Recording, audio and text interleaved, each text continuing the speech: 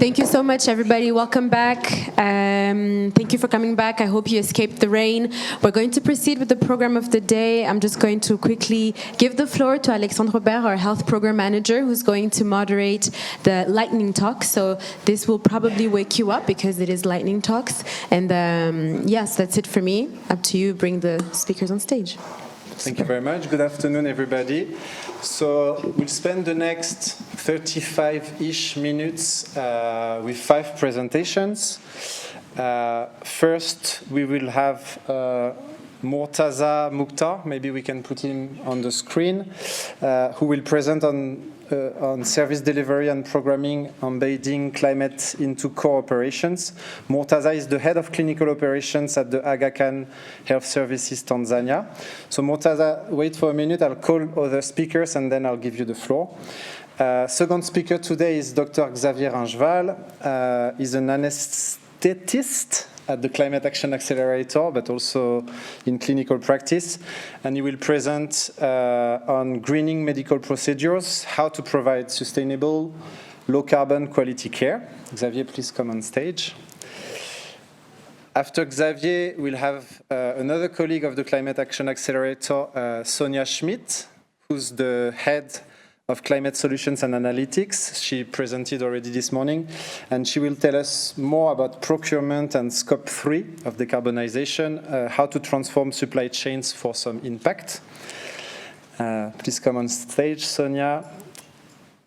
This will be followed by another online presentation on green and resilient infrastructure, and Dr. Nazrul. She's the director and head of Friendship Hospitals in Shyamnagar. I hope I pronounced the name well. And she works for the Friendship NGO in Bangladesh. Hi, Naheed. And last but not least, you've heard her this morning as well. We'll have Sophie Meisser. She's the head of the Corporate Social and Environmental Responsibility Division at Hôpitaux Universitaires de Genève, Geneva University Hospital. And she will tell us about how to drive change from the top down in terms of training and leadership in climate action. All presentations are under the umbrella title Climate Smart Action in Practice.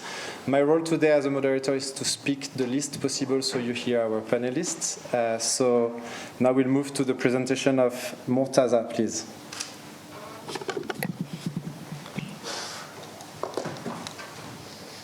Good evening and thank you.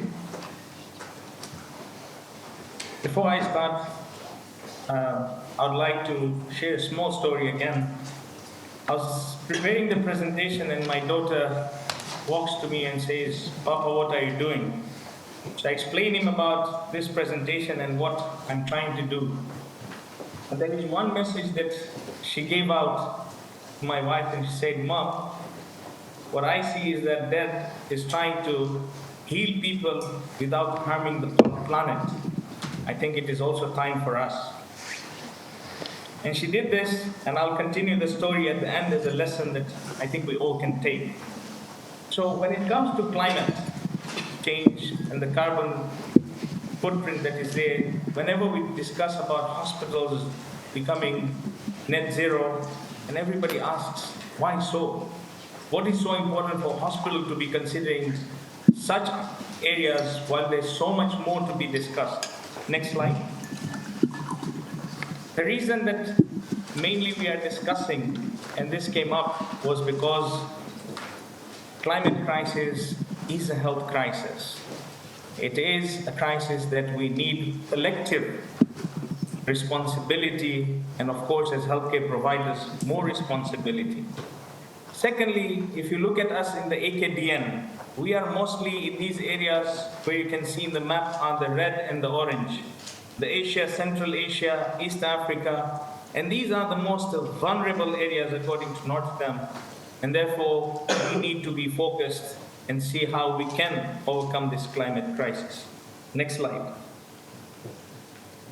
So of course, objectives and activities, how did we start? We started to understand first, what is the effect of climate change? And then we started implementing resilient infrastructure upgrades because we knew in these areas that are red and orange, we are susceptible to earthquakes, floods, and hence we had to do flood-proofing, earthquake-resistant infrastructures. We also had to ensure that human resource, the capacity is built among the staff, and we implemented the AKDN carbon management monitoring tool together with WHO. Next slide. Of course, whenever you start a project or you initiate something, it cannot come just free of cost. There has to be numbers that are run, and most of the time we have seen, even with other institutions who come to see us as the first hospital initiating and taking the initiatives for net zero, they ask us that where do you get the money from? And so we always show them this slide and we tell them it is prioritizing and informing your financials and your finance offices about the returns and the importance of this cost. So if you look at these areas, you will see that, for example, that the solar panel, solar PV is high cost, but the returns are very high. And of course, the impact is very high. So we created this and we used this table and we started working across these areas where we started implementing solar panel installations, ACs, energy from waste, and of course, using electrical chillers and electric cars and refrigerants. And once we look at the returns, the financial analysts see this as a profitable business actually, and you're able to even make more money and make more reserves so that you can use in the hospital expenditures. Next slide. Of course, impacts and results, this is what changed. So we installed the solar panels in our hospital. We had the fossil fuel vehicles converted to EVs. We have increased the 3 EVs now to 6 EVs. We replaced our split ACs, our fridge, chillers using carbon intensive refrigerants. And therefore you can see the carbon footprint that has reduced on every area that we have touched. So this is the true impact and results after initiating these projects. Next slide. Finally, what lessons can we give to each other? Of course, navigating financial constraints via innovative funding and partnerships. We need to show people what we are going to do, what is going to be the impact, and that is the only way we can build partners who can come and work with us to move into these initiatives. We know that the leaders of the world are much more busy into other things, and this is not very much of their priority, although it is spoken. But as one entity or each entity, if we take these initiatives, it can grow us far and better. I will give you another example that we had a patient who was admitted at the hospital and they saw all the green initiatives that we're taking. And they say that how about every child who is born, the mother and the child are given tree seeds to ask them to plant in an area where you can designate as a forest. And we have just started this initiative, and I can tell you that very soon that area will become a very beautiful mini forest. Of course, you need to brainstorm on source of funding, you need to prioritize the capital budgets, placements and lease grants are also very important so that you'll be able to take this initiative. But before you take those initiatives at a grander scale, that's what my daughter did yesterday, and that's what she told them in school, is that I've come here and I saw my dad making his hospital not better, but also saving the earth. So I am deciding from today in my school that I will be one of the champions who will be changing things in my school. And so she went there and she said, we no more are going to be using disposable glasses, and we should be using plastic or glass made glasses for drinking water. So these small initiatives do start and they become the spark. My conclusion and my lesson to all of you is that we need to start somewhere to protect our earth, this planet that we live in, and it is not the responsibility of only the leaders, but it is a collective responsibility, and if not done, it will become a major health crisis, if not yet done. Thank you. Thank you, Murtaza. We can go to the next slide, and now Xavier will speak in French. So if you want interpretation, please put your devices. Bonjour à tous, bonjour à toutes. Je ne pensais pas être la première personne à prononcer le mot kilogramme de CO2, mais bon, mon exemple concret va vous montrer comment voilà, on peut faire des choses qui sont forcément qui demandent beaucoup d'infrastructures, de nouvelles logistiques. Ok. Donc, je suis médecin anesthésiste. Je m'occupe de ne pas faire souffrir les patients pendant les opérations chirurgicales. J'exerce à Paris dans un établissement privé, également centre de formation en technique d'anesthésie, et que j'enseigne donc depuis plus de 15 ans en Afrique et au Moyen-Orient. L'an dernier, par exemple, j'ai formé à peu près 250 praticiens dans plus de 10 pays. Donc en 7 minutes, je vais vous montrer qu'en changeant la façon dont on prend en charge nos patients, on peut soigner mieux, émettre 2,5 fois moins de carbone, générer 3 fois moins de déchets et dépenser 5 fois moins. Ces mesures sont effectuées dans une clinique à Paris à partir d'un cas concret, mais ça pourrait servir de base de travail pour les transposer à d'autres capitales, à d'autres types de chirurgie et à d'autres niveaux de ressources. Donc ce ne sont pas des projections, ce sont des mesures effectuées sur 1098 patients. Je dois changer mes slides. Le contexte. Le secteur de santé représente à peu près 4% des émissions mondiales de gaz à effet de serre. C'est plus que l'aviation civile mondiale, comme l'a souligné ce matin Bruno. Et à l'intérieur de ce secteur, le bloc opératoire est un poste émetteur majeur, où prédomine, vous pouvez le voir sur les petits camemberts, l'énergie, qui représente 50 à 70% en fonction de la localisation géographique, dépendant un petit peu de leur mode d'énergie du pays. Pourquoi ? Parce qu'il faut ventiler, il faut climatiser, il faut chauffer nos établissements. Puis viennent ensuite, sans surprise, les chaînes d'approvisionnement, médicaments, consommables, les déchets et les transports. C'est un petit peu les 4 piliers que l'on retrouve depuis ce matin. Concernant les émissions structurelles des bâtiments, là, les leviers sont assez peu spécifiques du secteur de la santé et du domaine médical. Par contre, les solutions qui peuvent réduire l'utilisation des gaz anesthésiques, il faut savoir que quand on endort une personne et qu'on la maintient endormie, on utilise des gaz qui ont un pouvoir extrêmement réchauffeur, des milliers de fois plus que le CO2. Donc tout dépend de ce que vous allez utiliser. Par exemple, on essaye d'interdire en France l'usage du desflurane et du protoxyde d'azote, comme on en parlait.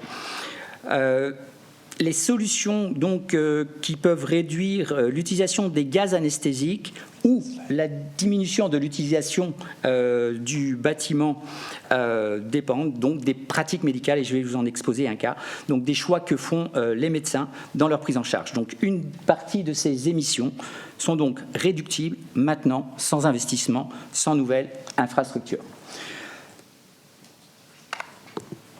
Nous avons choisi donc un cas concret, la chirurgie de l'épaule, en chirurgie programmée, sur 16 mois, 1100 patients.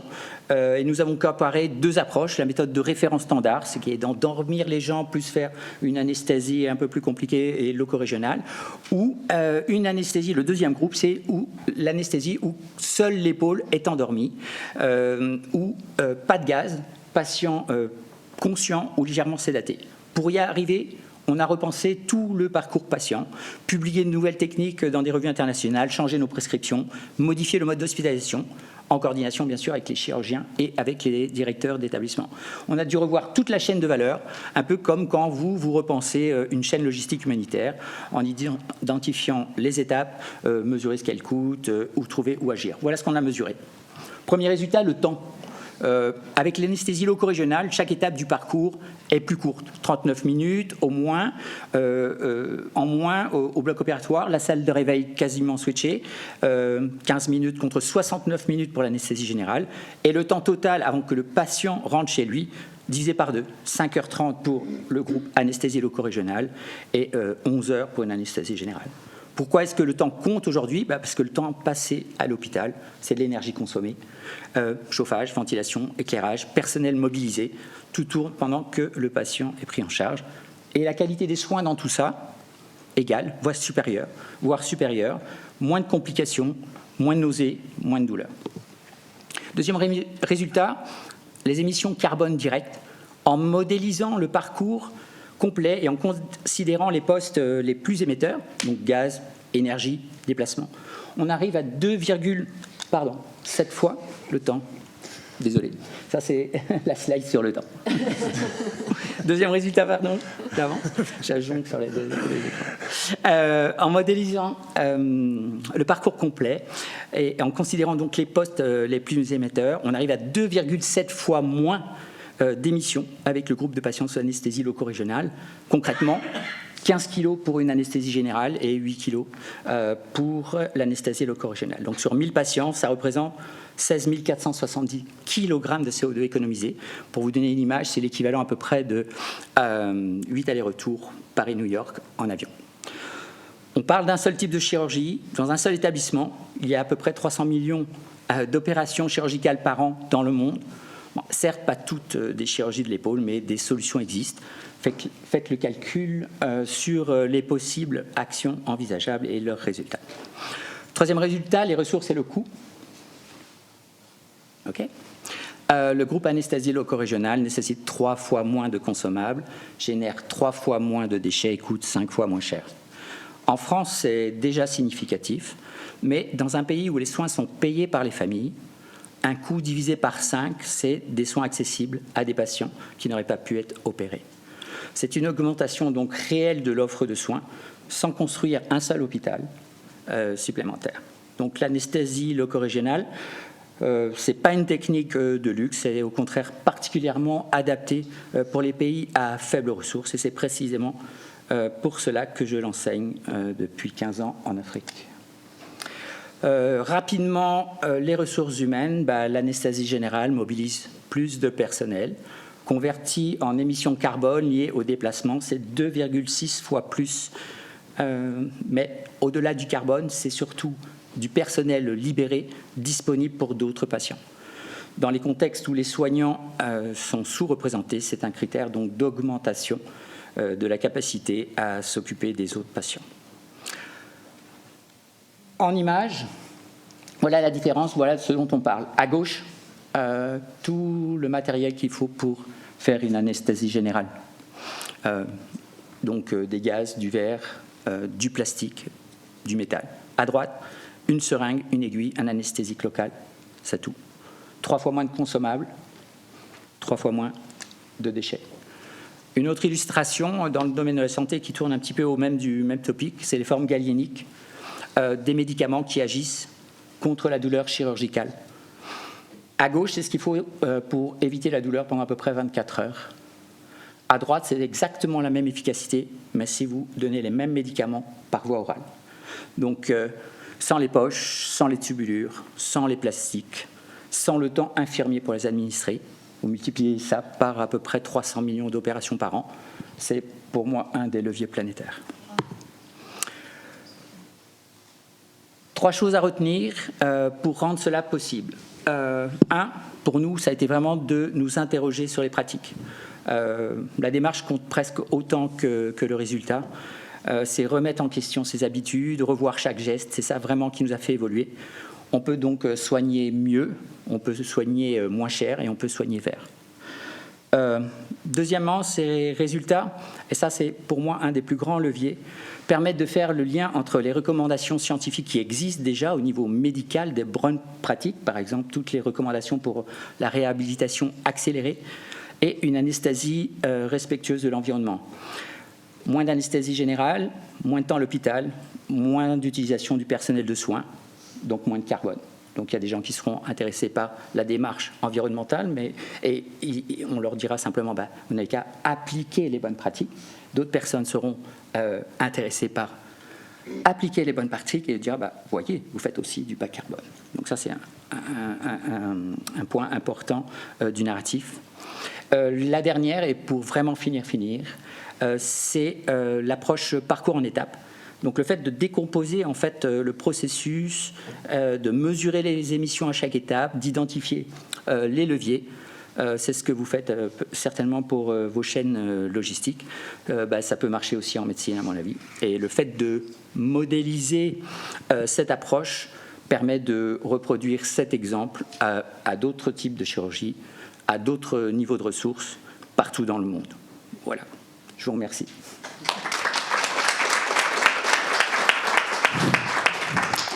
Merci Xavier.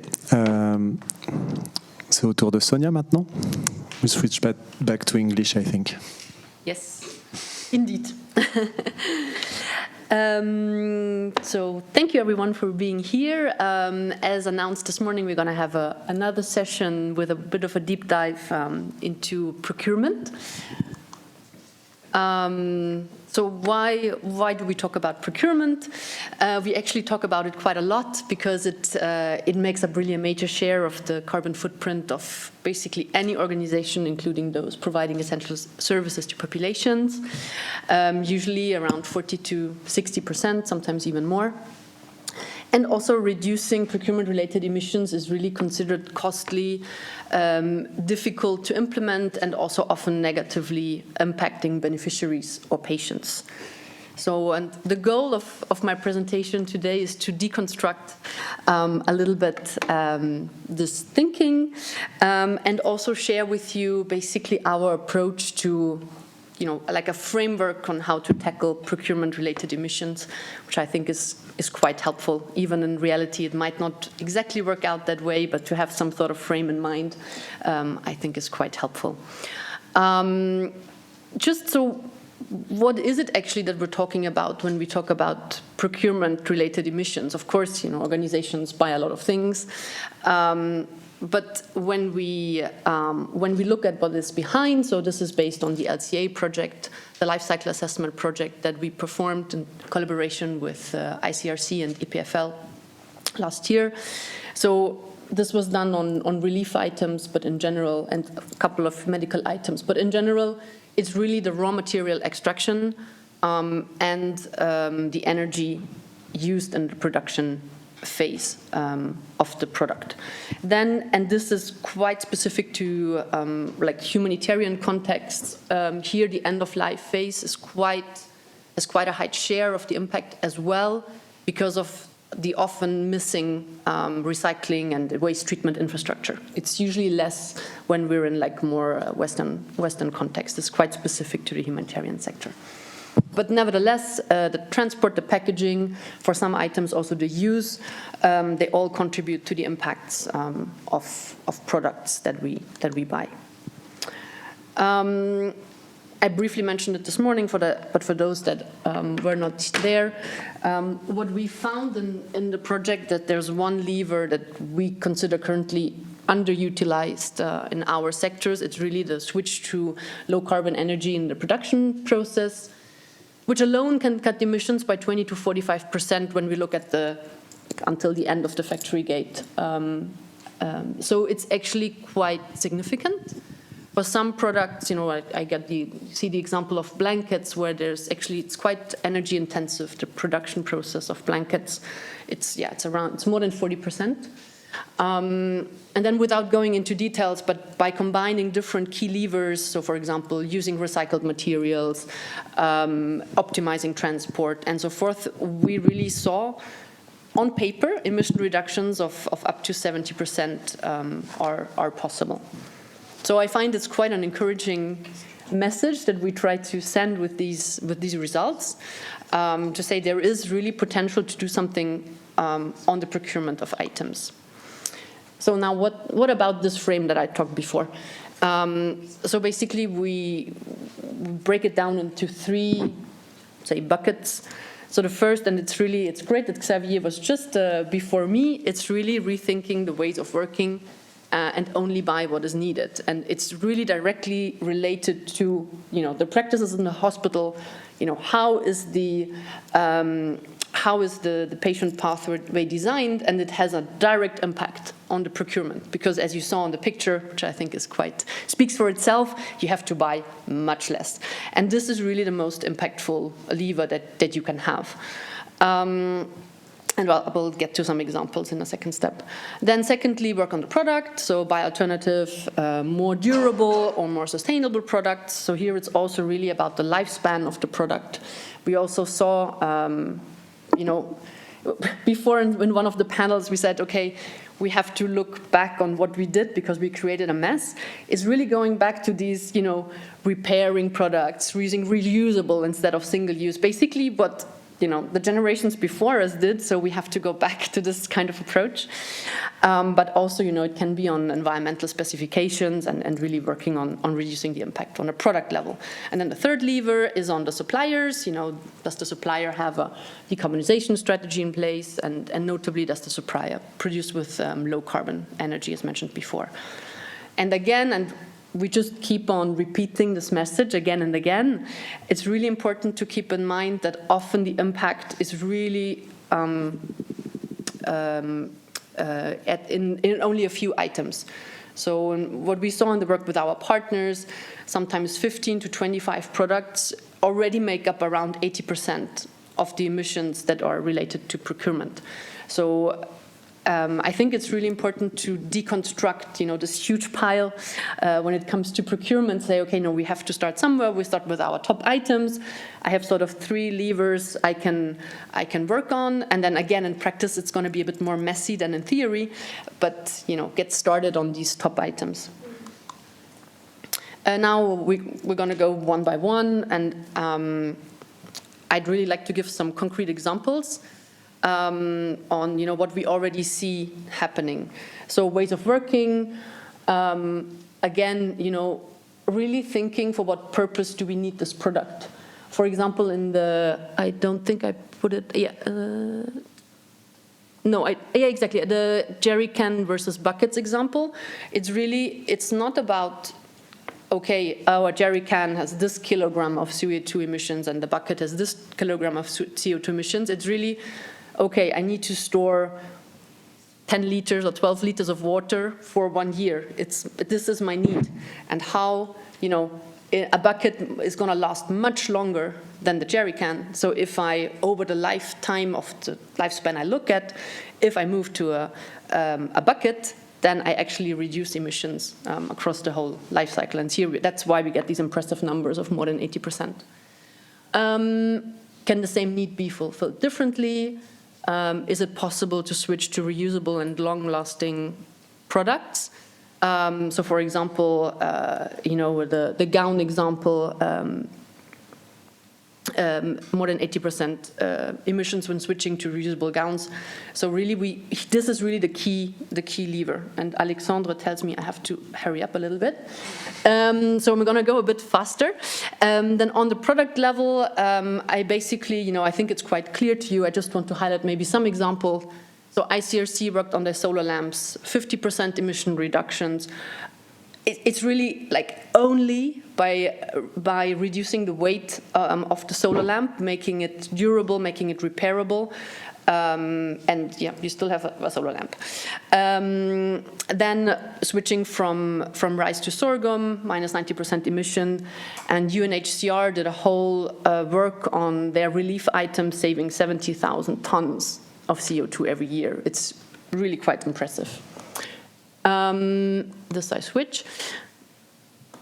And then on the supplier part, I really just would like to highlight again really it's almost a low-hanging fruit, like ask for low carbon energy in the production process. I'd like to give 3 quick examples. So the NHS put in place their net zero supplier roadmap progressively over time, really making the requirements more and more stringent, focusing on requiring all suppliers to have carbon reduction plans in place. Then an example from the private sector, which is the RE100 initiative, with more than 440 companies committing to using renewable energy in their supply chain. And these companies already combined use more low carbon energy than South Korea. So really pushing it in the supply chain. And then last example, ICRC also worked on integrating criteria on low carbon energy in their selection process of offers. And then just very quickly, really focusing on the top items. We also need really practical guidance for procurement teams and operational teams to translate these theoretical findings of LCA's life cycle assessment into, what can they practically do. And then, basically get started. Do not wait for perfect data, like rough estimations are fine. And then also, please do share your learnings. We also start to do case studies. Next year when I'm presenting, I would love to share many more concrete examples of what was achieved on the procurement side and really going from the theoretical part to even more practical examples. Thank you very much. Thank you, Sonia. Now we're going to move to Naheed online. So if you can put her on the screen. Naheed, the floor is yours. Okay. Thank you so much. Good evening from Bangladesh. And I'm presenting Friendship NGO. And my today's presentation is Integrating Climate Resilient Healthcare in Coastal Bangladesh. The experience of Friendship Hospital Shyamnagar. Thank you. Next.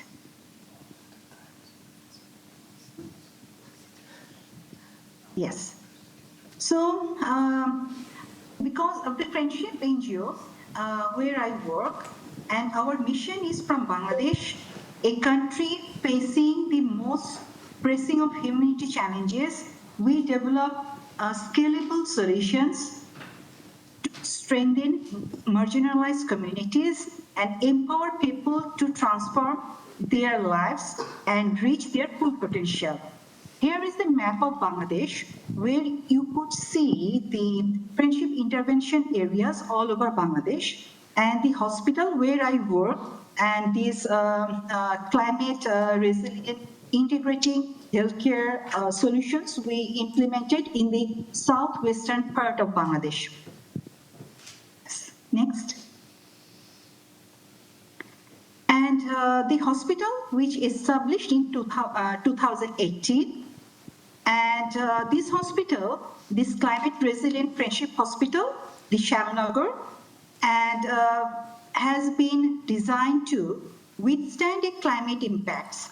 Because these areas, you could see the hospital design in the picture, as well as the wetlands surrounding the hospitals.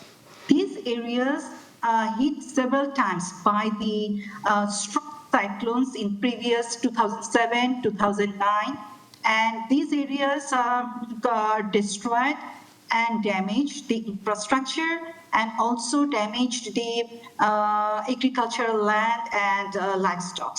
So withstand these climate impacts with these hospitals established, also reduces environmental footprints and deliver quality care to vulnerable communities. Because this hospital, it has established in a very remote settings.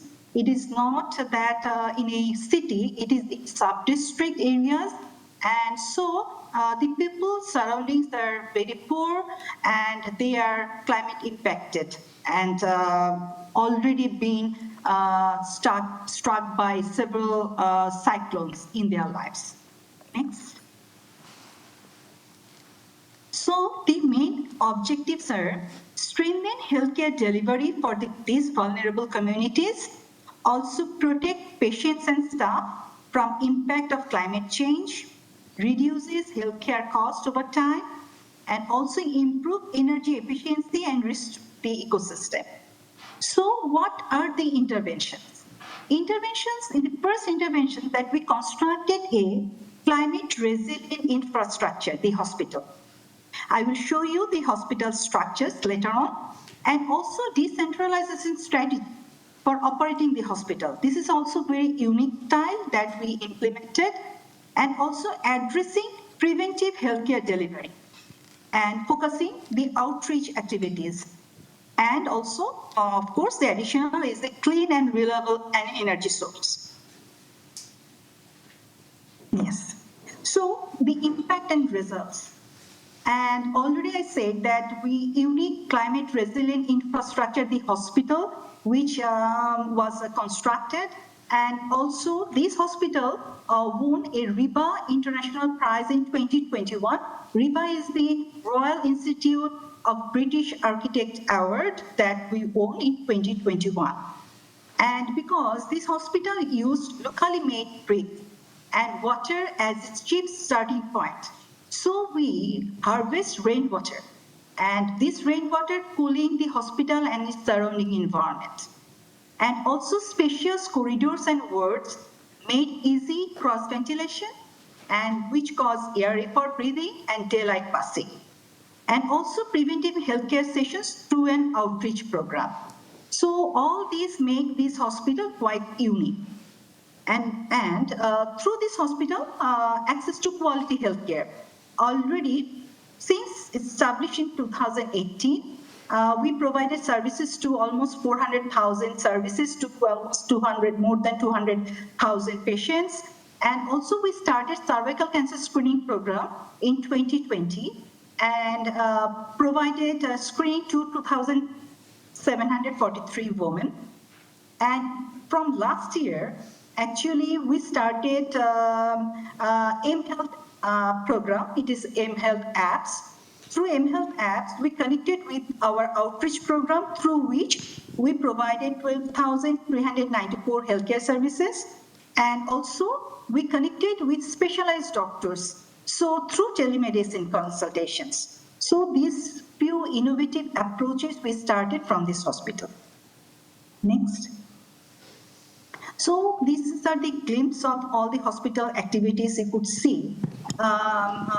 Daily activities as well as training by the international teams, local teams, and surgeries. We do have outdoor service, indoor service, and many different observation days we celebrate. And training, also, we provide training to outreach team as well, how to connect the outreach communities to this hospital as well. So this is quite a unique intervention, and we call this three-tier healthcare model, which we will discuss later. Next, please. Yes. So another impact and result is the decentralization strategy. Developing this hospital to work independently, this is also one of the objectives, to make it independent under the locally appointed head of the hospital. So, which reduces frequent monitoring visit from distance without affecting the organization mission. So, transportation reduced, and the head is staying, me as well. Me is the head. So, I'm staying in this hospital. So, this monitoring strongly monitored, which also motivate the staff. So, this strategy we started from last year. And another thing is that implementing procurement policy. Thank you, Sonia, that I heard lots of innovative part of procurement and supply chain, which might help me. And also we started implementing procurement policy for uninterrupted supply of medicines and consumables. Previously, we procured everything from our capitals. It is quite 300 kilometers or more than 300 kilometers from the hospital. Now we're trying to procure everything from the sub-centers, which are around 60 to 100 kilometers away from this hospital. So might reduce the carbon emissions and transportation hazards and everything. And also implementing a three-tier healthcare model. You could see on the right-hand side, yes, this is a three-tier healthcare model, where it is about filtering the patient's flow. We try to encourage patients to receive their healthcare in their communities rather than traveling. So we introduce community health workers, empower them with mHealth apps. And so it is like a filtering mechanism. First contact with those community health worker, then the second tier is the satellite clinics. We do have satellite clinics here surrounding the hospital. So patients can be cured by the paramedics, and those patients who are referred usually come to these referral centers, the first tier, These are the hospitals and also the floating hospitals, this mainline hospital and also the floating hospitals in other areas of Friendship catchment area. And these are all the all the activities. Also, you could see in the pictures about the sun, that all the newborns babies under the sun, so they are getting vitamin D, also sun. So these are because of the long and vast corridors we do have. And also we could see the spaciousness of the hospitals inside. Thank you. Next. Naheed, you're already over time by 1 minute, so please move to the conclusion. Thank you. Yes, please. Next. Yeah. So other areas like clean and reliable energy by solar and sustainable water and natural resources, we are harvesting rainwater, low carbon and sustainable operations, we do transport like bikes and e-vehicles we use, and sustainable healthcare waste management.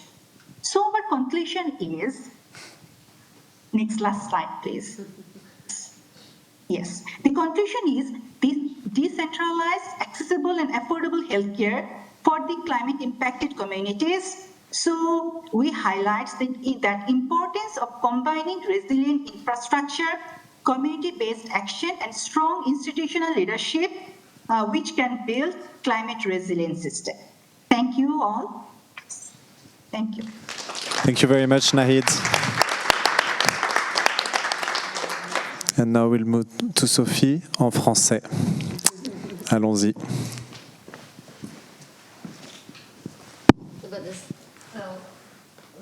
Hello everybody. The slides are in English, so you will be able to follow, but I will do it in French, trying to keep to 7 minutes so we can stay in the time frame.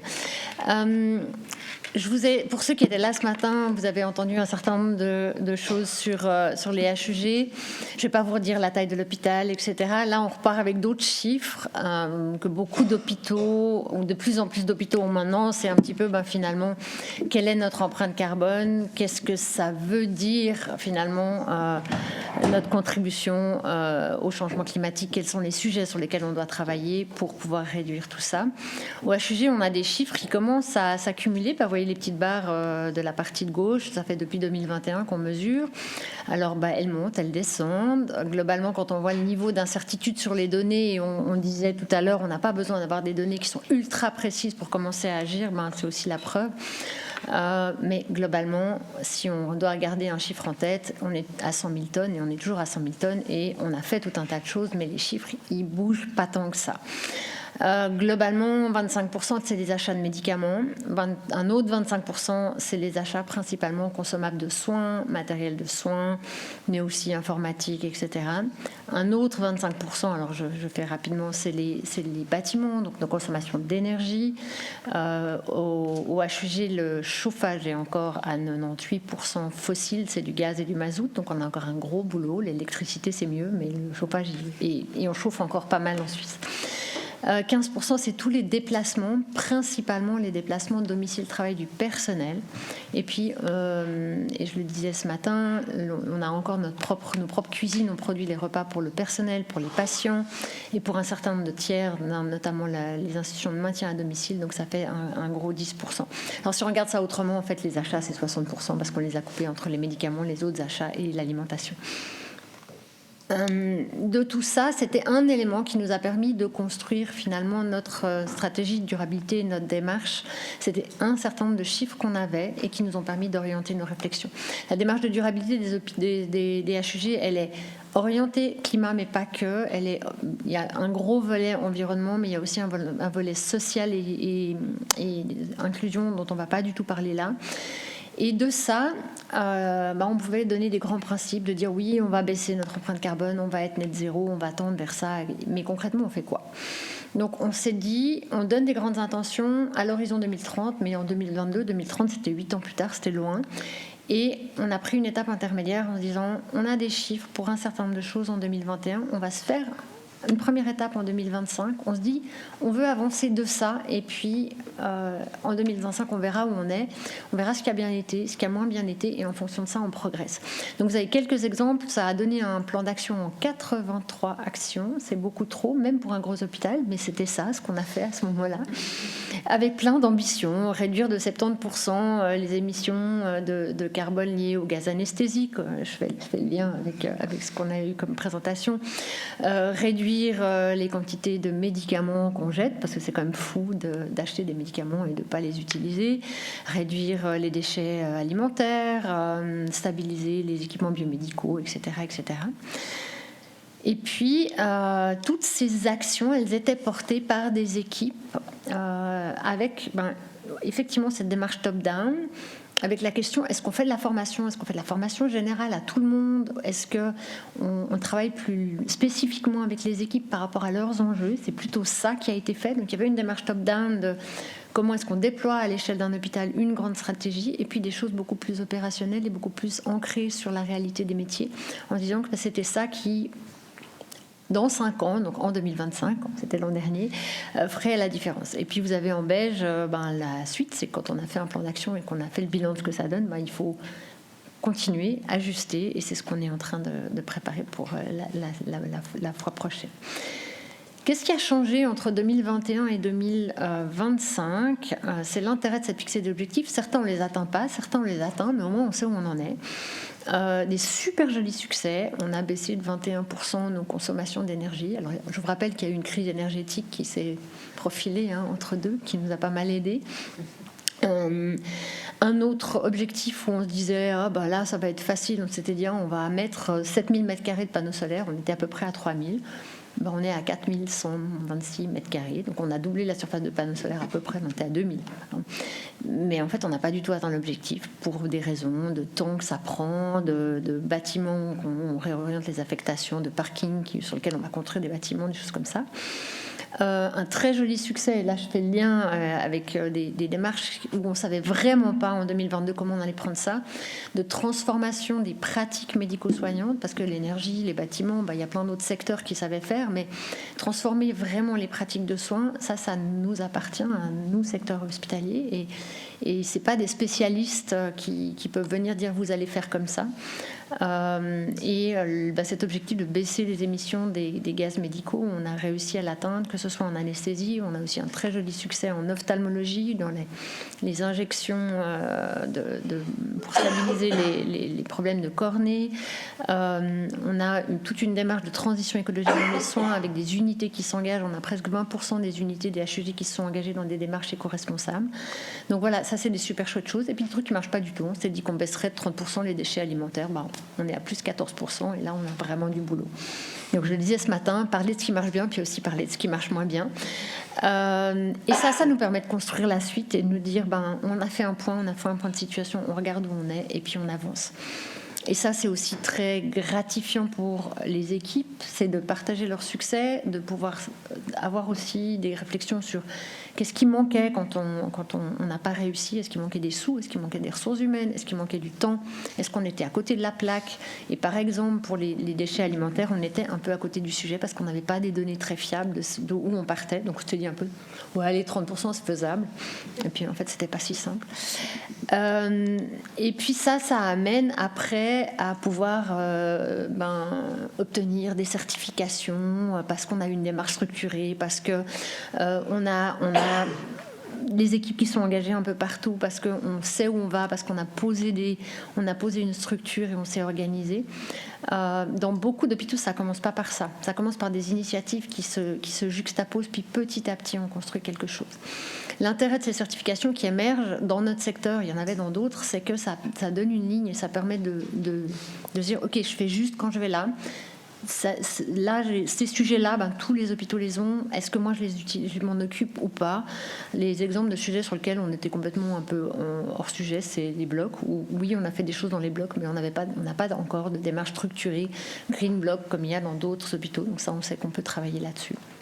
Mais voilà, et ça après, ça permet aussi de célébrer les succès et de dire on est fiers, on est content, et ça embarque les équipes. Ce qu'on a fait avec ces démarches très structurées, très top-down, c'est finalement de mettre un cadre. Et ce cadre, il nous permet aussi d'être redevable. Et ça, c'est le troisième pilier auquel moi je tiens beaucoup, c'est que quand on fait des choses, il y a la reconnaissance aux équipes, mais il y a aussi la reconnaissance à nos patients, à la société, l'endroit où on s'inscrit, de dire on s'était engagé à ça, voilà où on en est, voilà où ça a avancé, voilà où ça n'a pas avancé. Et c'est quelque chose dont je me rends compte qui est aussi très important pour les équipes au sein de l'hôpital. C'est cette transparence de dire on fait peut-être pas tout juste, on fait pas tout bien, mais on y va. Et ça, c'est vraiment quelque chose qui peut se transférer. La manière de mettre en place une stratégie, un plan d'action, elle peut varier d'un hôpital à l'autre, d'un secteur à l'autre. Mais je dirais, c'est vraiment ces démarches où on va pas à pas et où on va tous ensemble, ça donne des jolis résultats. Voilà un petit peu. Merci beaucoup, Sophie.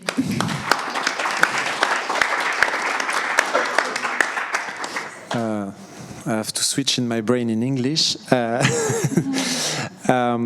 We started a bit late and we're a bit over time, so I propose we take about 10-15 minutes for questions and answers. So what we try to show you today is examples of climate-smart practices that we have in our community, but inside the accelerator with our partners and larger community. So I'll give the floor to the public. Maybe we can take 3 questions. Please have short questions, and same for the panelists, short answers, so we can take maybe 2-3 rounds. So who has a question in the audience in person? Je peux en français ou je dois en anglais? What is better? Moi j'ai une question, c'est plus pour Xavier, c'est comment est perçu, donc on a tous bien compris que le côté vert, voilà, enfin que le fait de faire de l'anesthésie, de changer nos pratiques en anesthésie peut avoir un impact, un très bon impact sur l'écologie, et notamment dans les pays aussi à faibles ressources. Et comment est perçu le côté écologique comme argument dans certains pays à faibles ressources où on se dit qu'ils ont d'autres chats à fouetter. Enfin, je sais qu'il y a d'autres intérêts à faire de la loc régionale, mais est-ce qu'il y a eu une demande un peu au niveau écologique qui vient même des pays à faibles ressources, de faire aussi quelque chose pour le climat? Ça peut être aussi pour Alexandre, la question. Ok, ouais, mais je vais pas répondre aujourd'hui. We'll take 2 more questions. There is one up there. There was Bastien.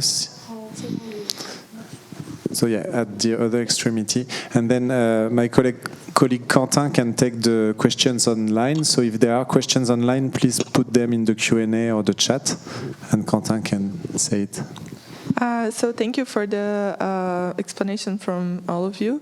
And my question is more related to the finance. For example, you showed a picture from lots of medicaments, and then on the right, other medicaments that would generate way less trash, and how much, what's the difference of the expenses that you need to make, and how can we try to enforce the finance sector from those agencies, that it's way worth doing what you're doing, because I presume that if it was always if the expense was not so huge, then a lot of other places could implement this also. So how can you make sure that the expense is worth of it, and influence those who are paying in the end? Thank you. Thank you. One last question in the audience. Bastien, you wanted to ask something? Yeah. Quentin, can you give the mic to Bastien? So no questions online, right? Okay. Ma question, c'est bon? Donc Bastienne Tiberghien, je travaille à l'accélérateur. J'ai une question un tout petit peu provocatrice, en disant si on continue à faire du bilan carbone, et je suis la première à défendre le fait qu'il faille être quantifié, la question est plutôt pour Sophie Meisser. Dans quelle mesure finalement ce bilan carbone de garder à 100 000 tonnes depuis quelques années, vous arrivez quand même à faire un lien entre vos résultats que vous avez montrés à la fin, qui sont tout à fait je dirais, bon, et ce peu d'amélioration sur le total. Donc je me doute que voilà, vous avez certainement essayé de faire l'exercice, et je pose cette question parce que finalement, avec nos partenaires, on est aussi beaucoup dans cette même dynamique qui est à la fois de montrer de bonnes pratiques et des choses qui s'améliorent, mais à la fois parfois être en difficulté de montrer le lien avec les émissions totales. Okay, so there was one question about the perception of greening in other countries, one on the cost argument, and then the link between the actions and the impact for Sophie. But I think Murtaza can answer that too, because it was in the scope of the... Maybe, Xavier, do you want to start? Merci beaucoup pour ces questions. C'est des questions un petit peu difficiles, mais chaque fois dans chaque pays, il y a à peu près une douzaine de pays où j'ai fait un petit peu cette démonstration, tout ça.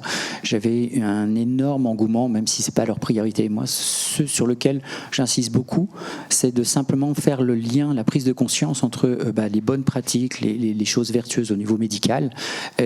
Ça leur parle tout de suite pour le côté environnemental. J'ai un exemple, le Rwanda, où après cette explication, généralement, je fais une formation, puis à la fin je mets les deux diapositives, et j'ai un engouement de la salle parce que ça leur parle, parce que c'est préservé, ils sont habitués à être résilients, à être adaptés, à travailler avec peu de choses, donc ça leur parle vraiment de façon très forte, et de ce côté-là, je ne sais plus à quel moment on disait qu'il fallait revenir en arrière sur les bonnes pratiques. Moi, quand j'ai commencé l'anesthésie, on avait des tuyaux qui étaient réutilisables à chaque fois qu'on stérilisait et qu'on réutilisait. Maintenant, on est un petit peu sur le lobby des industriels, et on doit les changer toutes les semaines, voire tous les jours. Donc c'est revenir, et c'est eux qui vont nous apprendre très certainement des nouvelles initiatives qui nous permettront à faire vraiment une grosse bascule. De toute façon, dans un pays où tu n'as rien, même acheter une seule aiguille à 20 000 CFA, voilà, ils savent comment le coût des choses, le coût des soins. Et je vous rappelle juste un dernier truc, parce que je suis très bavard, c'est pour ça que j'ai lu mes notes tout à l'heure, c'est que ils n'ont pas de couverture sociale. Donc chaque paire de gants économisée, chaque aiguille économisée, chaque ligne intraveineuse ou bouteille de plastique, elle est facturée aux patients. Donc vous avez des factures en temps réel, donc pour eux ça leur parle vraiment, quoi. Nous on a un petit peu oublié cet aspect-là. Je parle tout le temps. Merci. Nobody wants to compliment me. Yeah. Maybe Murtaza, do you have some reflections on the questions that were asked? Yes. So one of the questions that have been asked being, how do you influence partners? So you see, I would say we are one of those institutions where we really influence partners, but it was because we showed the will and we showed the minimum steps that we took. Before any partner came in, they came and found out that we have already stopped serving a lot of meat in the hospital, reducing carbon footprint. We removed plastic disposable bottles that were served to patients, and we started reusing glass jugs for serving water. So when you start showing the will, this is how you build in partners, and you invite those partners so that you can influence them that there is a will. And this starts from the leadership all the way, bottom to the ground staff. The second question was in French. Maybe Alexander, if you can repeat that. That was more a reflection of someone in the room between, sometimes you do some efforts, and there was some good examples of practices in Sophie's example, but we see no impact on the footprint. And then the question was like, what is your reflection between like some virtuous practices, but they don't translate in another carbon reduction, and maybe your experience on that, and then Sophie can complement. From our side, our experience has been that because we've been using a carbon tool, and together with that we have experts that we have engaged. So whatever actions that we have taken, we have really seen them translating into reduction of carbon footprint. So sometimes it's also important, before you use your energy of doing something, you need to also take advice from the experts. I hope. Okay, thank you, Murtaza. Sophie? Peut-être un complément, c'est que une empreinte carbone qui augmente pas, ça peut simplement. On se rappelle que c'est des chiffres absolus. Ça peut être une activité qui augmente, un nombre d'employés qui augmente, et on contient en fait notre... Alors on réduit pas, mais on est déjà au moins en train de contenir les dégâts, entre guillemets. Un autre exemple qui n'est pas complètement intuitif, j'ai mentionné ce matin, on est aujourd'hui à 66% du personnel qui ne vient pas en transport individuel motorisé, donc qui ne viennent pas en voiture ou en moto. On est super content parce on a vraiment augmenté quasiment de 70% en 5 ans le nombre de gens qui viennent à vélo, etc. Mais nos collègues, ils viennent de plus en plus loin, en transport public, mais de plus en plus loin. Et le train, les transports publics, ça a quand même un impact. Donc en fait, on a limité la croissance de nos émissions. Mais on ne peut pas imaginer que tout le monde viendra à pied ou en vélo, c'est complètement illusoire. Donc parfois, c'est dans la compréhension de ce qui se cache derrière que l'effort et les résultats, ils sont vraiment pertinents. Mais quand on fait un indicateur agrégé, tout ça, ça ne se voit plus. Donc c'est là qu'il y a un effort aussi de traduire concrètement qu'est-ce que ça veut dire. C'est important d'avoir des données de pilotage macro, mais il faut aussi avoir... et c'est une discussion que j'ai eue avec notre direction, qui disait mais on ne peut pas réduire ça par lit, par employé, par ceci. Je dis, sauf que les émissions, c'est une valeur absolue qu'il faut descendre. Et ça parle assez bien en disant c'est comme quand on doit réduire notre budget. Le budget aujourd'hui de l'hôpital c'est 2 milliards. Si on doit couper de 30 millions, c'est 30 millions. C'est pas 30 millions par lit, 30 millions par employé, 30 millions par... voilà. Okay, merci. Thank you. Yeah, for the sake of time, I think we'll move to the conclusion because then we'll... Oui, we have one question online. Okay, let's take 1 or 2 questions and then we move to the conclusion then. Okay. Go ahead. So, one question from Christian. How can we bring the community into co-creating the solutions to climate crisis they are facing? And because, solutions are often top-down driven and created by the government and policymakers outside from the community. So how... Okay, thank you. So how to associate the community in the solution? So maybe Naheed, since you put an emphasis on community-based interventions, maybe you can share a word about how you engage communities in the design of climate resilient activities. Yes, thank you. With the communities outreach program, and they are important, creating the awareness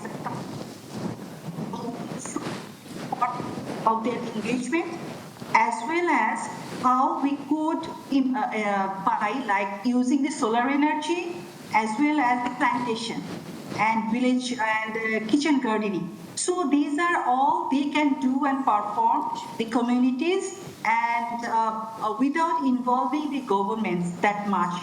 And because this can be already, we have our mangrove afforestation, which have been designed by the communities, and also plantation, doing the plantation also by the engagement of the communities. So these engagement, and they take care of their gardens by themselves. So this can be replicating in other areas as well.